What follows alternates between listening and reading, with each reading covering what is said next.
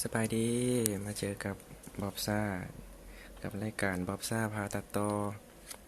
คลิปนี้เราสิพามาตัดต่อโลโก้เนาะโดยใช้โปรแกรม Pixel Lab ซึ่งโปรแกรม Pixel Lab นี้สามารถดาวน์โหลดได้จากPlay Store นอนระบบ Android เดี๋ยวลิงก์สิฝากไว้อยู่กล้องคลิปเลยก่อนอื่นเมื่อเราจะเปิดโปรแกรมขึ้นมาแล้วจะเห็นอยู่หน้านี้เปิดขึ้นมาเห็นหน้านี้แล้วปุ๊บเอาจะเฮ็ดจังได๋ต่อเพื่อสิว่าเราสิเห็นโลโก้เราต้องคิดโลโก้ว่าธีมโลโก้เราเป็นธีมจังได๋เราต้องใส่เป็นธีมตัวหนังสือหรือว่าเป็นธีมสัญลักษณ์ก็คือข้าพเจ้าเดี๋ยวสิพาไปเฮ็ดเป็นธีมตัวหนังสือเนาะก่อนอื่นเราต้องสร้างตัวหนังสือก่อนกดเข้าไปบนเป็นกราฟิกอยู่เบื้องซ้ายมือทางเทิงกดเข้าไปเป็นกราฟิก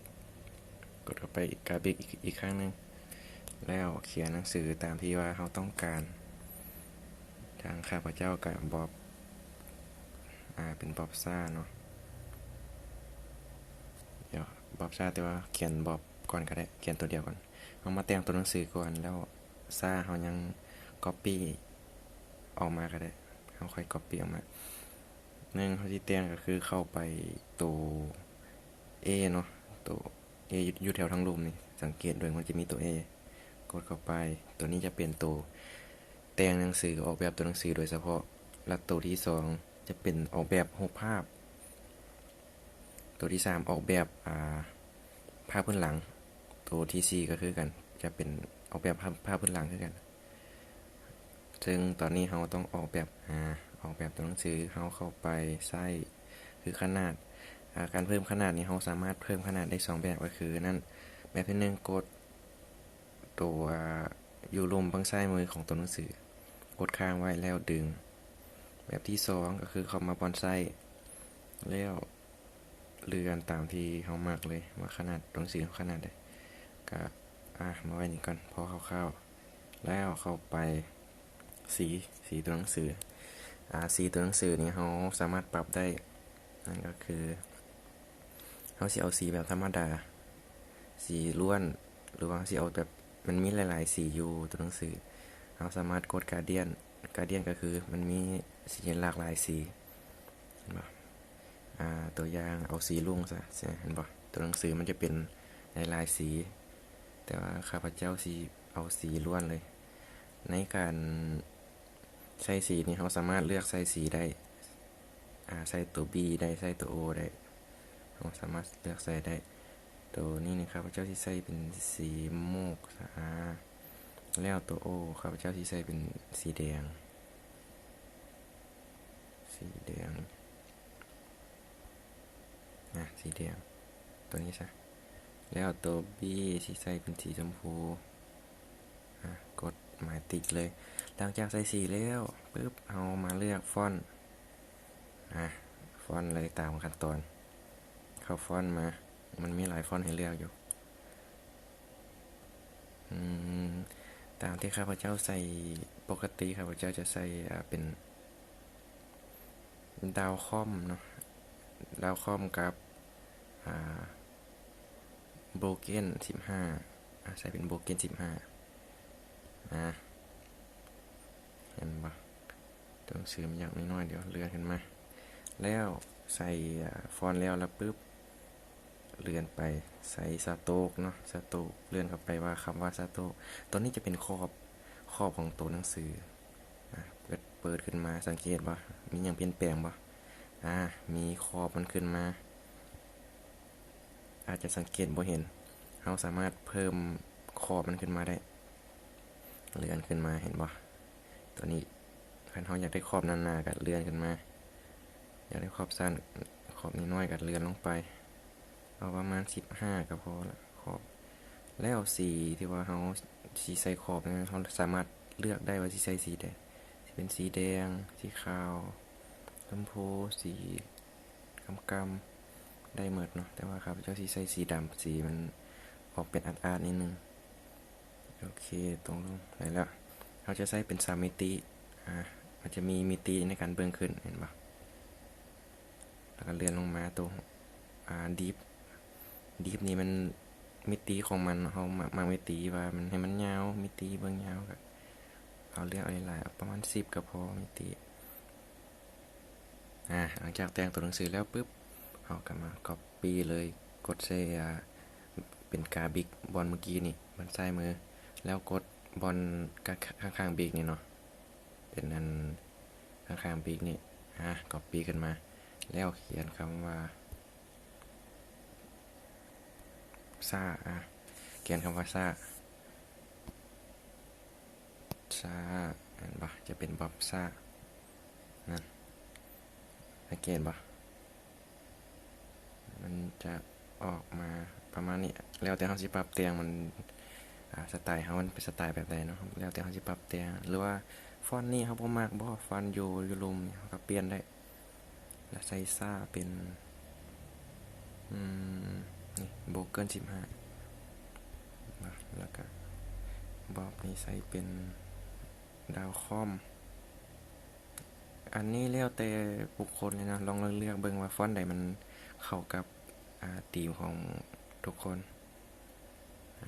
ก็เลื่อนเข้าเลื่อนออกได้ตามสบายตามใจ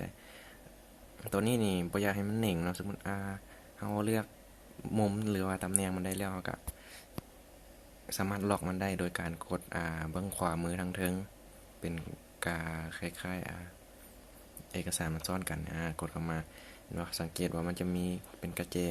เป็นรูปตาเป็นอันกองขี้เหงื่อแล้วก็เป็นคาบิกเฮาสิล็อกซ่าเนาะเฮาล็อกซ่าไว้ก็ล็อกซ่าไว้ล็อกปึ๊บอันนี้เฮาบ่สามารถว่าจะเลื่อนมันไปมาได้เห็นบ่เฮาสามารถเลื่อนแต่บอบได้แต่ว่าซ่าเนี่ยเฮาเลื่อนบ่ได้เฮาก็มาแต่งบัดนี้ปรับแต่งเอาบอบให้มันน้อยกว่านี้บ่ประมาณนี้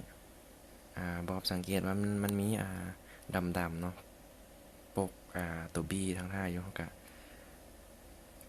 ดึงบอบขึ้นไปเทิงภาพบอบจะไปติ่งภาพซ่าเนาะภาพบอบมันจะไปติ่งคำว่าซ่าถ้าเอาบอบลงมารวมบอบจะอยู่กว้างซ่าหั่นแต่ว่าเฮาสิเอาซ่าลงดุมจะให้บอบติ่งเทิงแล้วเฮาอยากได้ลูกลิ้นเพิ่มขึ้นก็สามารถไปโหลดเอาสัญลักษณ์เข้ามาอีกเดี๋ยวสิเอาสัญลักษณ์มาใส่สัญลักษณ์ที่เอาตัวเต่ามาใส่ตัวเต่ามันก็สิมีลูกลิ้นขึ้นมาเป็นบ๊อบซ่าเอามาใส่นี่อีกในจุดนี้ก็คือจะว่าสำเร็จละถ้าใครที่ว่าฮอดจุดนี้แล้วพอใจแล้วในจุดนี้ก็คือกดเซฟไปเลยแต่ว่าข้าพเจ้ายังบ่ทันพอใจเดี๋ยวที่ใส่เป็นรูปวงมนเนาะใส่เป็นรูปวงมนคลิกรูปวงมนเข้ามาในการที่ว่าสิเอารูปวงมนออกมานี่เฮาจะคลิกไม้บวกแล้วกดไปที่ชาร์ปเห็นป่ะแล้วคลิกบอลนี่บอลเป็นรูปสี่เหลี่ยมนี่เห็นป่ะเราจะมีให้เลือกเอาได้เลยหลังจากที่ว่าได้รูปวงมนมาแล้วเดี๋ยวนี้มันบังอยู่เนาะมันบังโลโก้อยู่เฮาก็เข้ามาบนเก่าเพราะว่าเดี๋ยวนี้รูปวงมนมันเต็งตัวหนังสืออยู่เด้เข้ามาแล้วให้เลื่อนรูปวงมนลงมาลุมสุดสังเกตเห็นยังบ่เห็นบ่มันจะอยู่ลุมสุดเลยเดี๋ยวไปล็อกตัวเต่าไว้กันกับบอบล็อกไว้บ่ให้มันหนิ่งแล้วเฮาปรับแต่งตามที่ว่าเฮามากได้เลยประมาณนี้เสร็จปึ๊บเฮาก็ตัวนี้นี่มันเป็นรูปเนาะมันเป็นรูปมันบ่แม่นตัวหนังสือเฮาก็เข้าไปตัวที่3เพราะว่าตัวที่3มันเป็นออกแบบรูปเนาะเข้าไปเบิ่งสีมันก่อนสีคัลเลอร์เปิดสีเนี่ยเฮาเลือกได้ตัวนี้เป็นสีล้วนแต่ว่าตัวหน้าบอนนี่สิใส่เป็นการ์เดียนเป็นสีผสมการ์เดียนนี่เลือก เลือกตามใจมากเลยเนาะว่าสีใส่สีใดแต่ว่าเขาเจ้าอยากใส่สีนี้กดเลือกตัวนี้แล้วก็ใส่สโต๊กนี่ขอบนี่ยันจะใส่เป็นสีดำประมาณ10ก็พอความเข้มของมันตัวนี้แล้วก็กดหมายติดอันนี้ก็ยาว่าสำเร็จแล้ว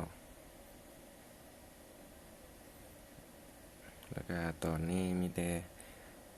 เซฟเนาะมันได้แล้วก็เซฟหรือว่าไผอยากปรับให้มันน้อยใหญ่ขนาดน้อยใหญ่อีกก็สามารถปรับได้ปรับน้อยใหญ่หรือมันบ่อยู่ข้างกลางหมอก็ปรับมาแล้วก็ดึงไอ้พวกนี้ขึ้นมา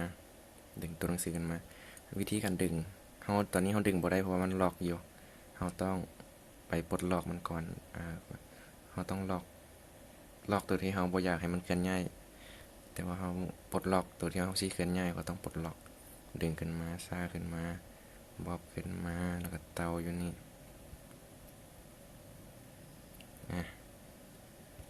เรียบร้อยเสร็จแล้วก็กดล็อกเราพอใจในรูปนี้แล้วเลยบันแต่ว่ามันภาพพื้นหลังนี่เรายังบ่พอใจเห็นบ่เราเข้าไปเปลี่ยนภาพพื้นหลังกดเข้าตัวที่ C ตัวนี้จะเป็นภาพพื้นหลังเข้ามาคำว่า image มันจะมีให้เลือกหลายอันเนาะแต่ว่าข้าพเจ้าอยากใส่ตัวนี้นี่มันเป็นอาร์ตดีกดตัวนี้ก็ปรับแต่งความมืดของมันแต่ว่าบ่ใส่ก็ได้ตัวนี้ความมืดเป็นสีแดงบ่สีขาวหรือว่าสีอื่นแต่ว่าบ่อยากใส่ละงามละอันนี้ตัวนี้จะเป็นน้อยก็เป็นมัวๆแล้วก็สตีฟนี่จะเป็นลายแทรกทับโฮมเขานี่ใส่พวกนี้มันบ่งามบ่ใส่ในจุดนี้ก็คือสำเร็จแล้วแต่ว่าวิธีเซฟนี่เขาสามารถเซฟเป็น2ไฟล์นั่นก็คือรูปปิ้นแล้วก็เป็นรูป JPEG เนาะJPEG ก็เป็นรูปธรรมดาแต่ว่าคันไอ้รูปปิ้นนี่คันไผบ่เข้าใจรูปปิ้นมันก็คือเป็นรูปที่ว่าทางหน้ามันจะเป็นโลโก้ของเฮาและทางหลังมันจะส่องเวลาเฮาเอาไปใส่เป็นซองรายการของเฮาหรือว่าใส่เป็นรูปเนาะใส่รูปมันจะส่องเห็นรูปเฮาแต่คันเป็นรูป JPEG นี่มันจะเห็นเป็นสี่เหลี่ยมเลยเป็นสี่เหลี่ยมของขนาดของรูปเฮาเลยตัวนี้นี่ครับพระเจ้าสิเซฟเป็นJPEG วิธีการเซฟก็คือเฮาเข้ามานะบนการเซฟนี่ตัวเทิงนี่จะเป็นเซฟโปรเจกต์ก็คือเฮาจะเซฟไว้ในเครื่องเฮาบ่ได้เซฟเป็นรูปแต่ว่าเฮาจะเซฟเป็นโปรเจกต์เฮาไว้เนาะสมมุติบ๊อบซ่าพิมพ์ก็ว่าบ๊อบก็ได้บ๊อบเซฟปึ๊บแล้วเฮาอยากสร้างตัวใหม่เฮาก็สร้างเลยพอเฮาเซฟไว้ละสร้างตัวใหม่ก็สร้างไปสร้างแล้วเฮาเฮ็ดอันอื่นเฮ็ดไปเฮ็ดมาแต่เฮาบ่พอใจตัวใหม่นี่เฮาบ่พอใจตัวเก่าเนาะพอใจตัวเก่าก็เข้ามา My Project ตัวก่อนที่ว่าสิเข้ามา My Project เฮาต้องเข้ามาตัวที่1ก่อนตัวที่1เข้ามา My Project เห็นบ่บ๊อบตัวเซฟไว้เมื่อกี้นี่กดตกลงขึ้นมาเฮาจะได้รูปเฮาก็เข้าไปเซฟas image มันจะมี2ไฟล์ให้เลือกก็คือไฟล์ปิ้นไฟล์ JPEG เข้าไปก็เลือกขนาดนี่เอาประมาณใช้ทั่วไปก็ประมาณ5ก็ได้ประมาณ5แล้วก็จะกดเซฟไว้เลยกดเซฟปึ๊บแล้วรูปมันจะเข้าไปอยู่ในแกลเลอรี่เฮาเลยเนาะให้เฮาไปซ่องหาอยู่แกลเลอรี่เฮาเลยแล้วไฟล์ปิ้นเนาะไฟล์ปิ้นเฮาจะเซฟแบบปิ้นเฮาก็ต้องได้มาเข้าตัวที่4ก่อนให้เลือกคำว่า transparent กดเข้าไปเห็นบ่สังเกตว่าทั้งหลังมันจะซองทั้งหลังและทั้งหน้ามันจะเป็นแต่โลโก้เนาะเวลาเฮาเอาโลโก้ไปใส่รายการหรือว่าใส่เป็นรูปเฮามันจะเห็นแต่โลโก้ถ้าเฮาบ่เซฟเป็นปิ้นแล้วมันจะเห็นเป็นกาสี่เหลี่ยมหลังจากเฮาปรับให้มันเป็นปิ้นแล้วเฮาก็เซฟคือเก่ากดเซฟ as image ปรับเป็นปิ้นเลือกขนาดให้ประมาณ5ก็พอแล้วก็เซฟกดเซฟสำเร็จแล้วการตัดต่อของเฮาในมื้อนี้ การตัดต่อของเราในคลิปนี้ก็คือเป็นจังไดให้ทุกท่านคอมเมนต์มาเบิ่งเนาะถ้าว่าบ่พอใจหรือว่าขัดข้องหรือว่ายังบ่เข้าใจตัวใดก็สามารถคอมเมนต์แล้วก็สอบถามกันมาได้ในกล้องคลิปเลยสำหรับมื้อนี้กล่าวคำว่าขอบใจอย่าลืมกด Subscribe ให้ข้าพเจ้าแหน่เด้อ